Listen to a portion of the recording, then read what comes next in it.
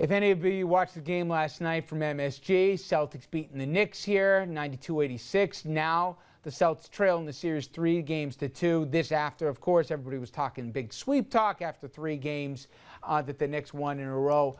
Many of them kind of in a handily fashion here. Now, we don't have to think too far, although this would make history in the NBA if the Celtics came back to, say, in New York. History made in 2004 when the Red Sox came back. Remember that? That changed everything. I was in Game 4, and Roberts making the steal here, just beating the tag. And then we know that was the start. Big Papi homering. They win the next 4 games, and they won the series. All right. To me, Tom, the problem isn't just that they lost the 2 games. It's that they weren't the idiots of the Knicks from 5-6 years ago until all of a sudden they decide with the all-black uniforms, J.R. Smith, who gets thrown out for throwing an elbow in Game 3, hurting him in Game 4, is predicting, guaranteeing victories. He said, I haven't won anything.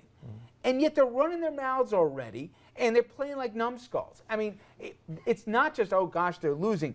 It makes it hard to root for these guys sometimes. Well, losing leads to the black suits, et cetera, et cetera. If they had won, we wouldn't be talking about that today. The point is the Knicks are going back to very bad habits all over again. They're not passing the ball. It's one-on-one basketball. And for this team, they're always at their best when Kidd is passing, moving the ball, Felton's driving the basket. And Novak being out yesterday, I think, hurt them because it allows everybody, Melo, everybody else to get double teamed. Plus, they got a lot of guys who can't score. Right. And so when J.R. Smith is having an off night, and as you pointed out earlier, he was shooting not straight jump shots, falling back on his rear end, 0 for 10 to start the game. It was ugly. And they have now put themselves in a position where they're in a pressure cooker. And Don, for me, these aren't. I mean, yes, Jay Kidd maybe is, but they don't have resumes to give you confidence that, you know, unlike the Celtics, okay, whatever you think of the Celtics, guys might hate Garnett and Pierce and the rest, they are winners, and their coaches too. You know, these Knicks, they'll crumble. You get the idea. They got the fortitude of a flea. What was Kenyon Martin thinking? Right. I mean, the Celtics are down. They're out. They're almost dead. Hey, guys, let's give them a reason to be motivated. And this guy, by the way, he was on the beach 2 months ago. All of a sudden, now he's the voice of reason? Let's arrive with black outfits on. We're going to a funeral. He hit the nail on the head. Is what has happened here is the Celtics were not going to win an NBA championship. But now, in the span of 3 days, they are motivated to make history in the NBA, and they would love nothing better to do it at Madison Square Garden come Sunday. I got a different question. Last night at the end, we don't know exactly what happened, but some scrub on the Boston bench here, Crawford, said something.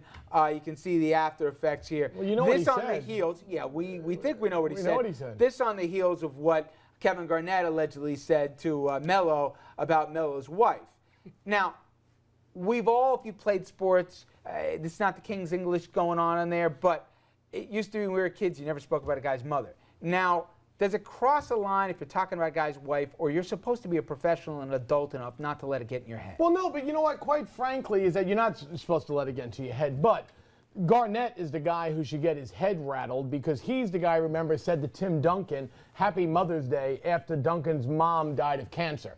I mean, Garnett has a history of saying some of the most vile stuff. That said, as a professional, you need to put it aside and go win the basketball game. But that's easier said than done. No, it's not. You're a professional. When you're talking my brother about, pitched with 50,000 people screaming at him. He said, listen, when you're out there, you don't pay attention to that But nonsense. we don't know what's going on in Carmelo Anthony's marriage. No, he was with his wife the other. We saw them recently about a week ago. Yeah, we saw them together publicly. We don't know what's going on in their marriage. But they're getting No, that doesn't matter. When somebody's walking past you and they're talking about your wife tastes like Cheerios and saying other things about your wife, Honey Nut Cheerios.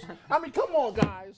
Come on, guys. You ready to fight? Come on. You have to say that. Come on, man. You said about my wife, I'm ready to fight. But that's not what he said last night. Crawford supposedly said was really, I mean. Yeah, he's, I mean, come on. We don't know. We don't know. You're supposed to tune that out. You're supposed to be professional. Oh, come on. You're supposed to be professional. Listen, when Andrew's mocking me at a poker table and let me have it, I still let the cards play. I don't let him go around. I got to get... All right. We're going to talk about the Rangers right after this. And yes, Andrew, the Capitals. Let's go, Rangers. We'll be right back.